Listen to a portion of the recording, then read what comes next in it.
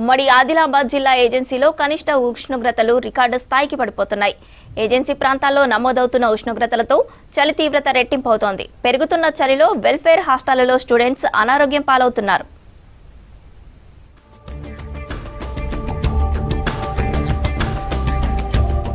ఉమ్మడి ఆదిలాబాద్ జిల్లా ఏజెన్సీ ఏరియాలో తక్కువ ఉష్ణోగ్రతలు రికార్డ్ అవుతున్నాయి. గత నెల 15 నుంచి 20 వరకు 4 నుంచి 5 డిగ్రీల కనిష్ట ఉష్ణోగ్రతలు నమోదయ్యాయి. దీంతో చలి తీవ్రత పెరగడంతో జనం ఇబ్బందులు పడుతున్నారు.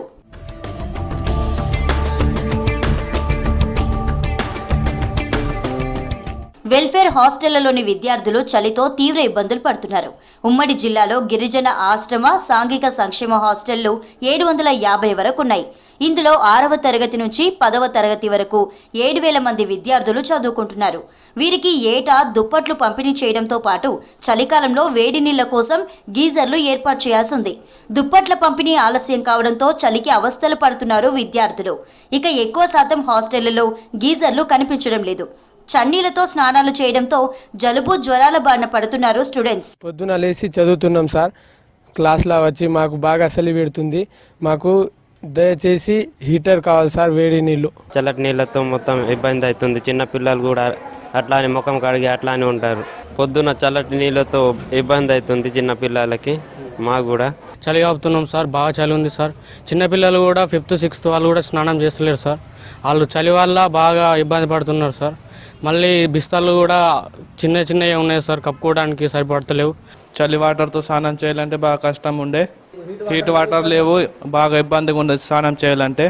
స్కూల్లో మనకు చలికాలంలో బాగా ఇబ్బంది అవుతుంది స్నానం చేయడానికి కూడా. చల్లని నీళ్ళు వస్తుంది, వేడి నీళ్ళు కావాలి. చలి ఉన్నా సార్. ఇప్పుడు కూడా చలి బాగా ఎక్కువ ఉన్నది అంటున్నారు సార్. మాకు బ్లాంకెట్స్ వచ్చినాయట సార్, ఇప్పియాలని కోరుకుంటున్నాం సార్. గిరిజన హాస్టళ్లకు దుప్పట్లు సరఫరా చేయలేదంటున్నారు స్థానిక గిరిజనులు. చలిని తట్టుకోలేని చిన్నారులు అనారోగ్యం పాలవుతున్నారని ఆవేదన వ్యక్తం చేస్తున్నారు. అస్వస్థతతో బాధపడుతున్న చిన్నారులకు వైద్యం అందించాలంటున్నారు. అయితే చలికాలంలో విద్యార్థులకు ఇబ్బందులు లేకుండా అన్ని చర్యలు తీసుకుంటున్నామంటున్నారు అధికారులు.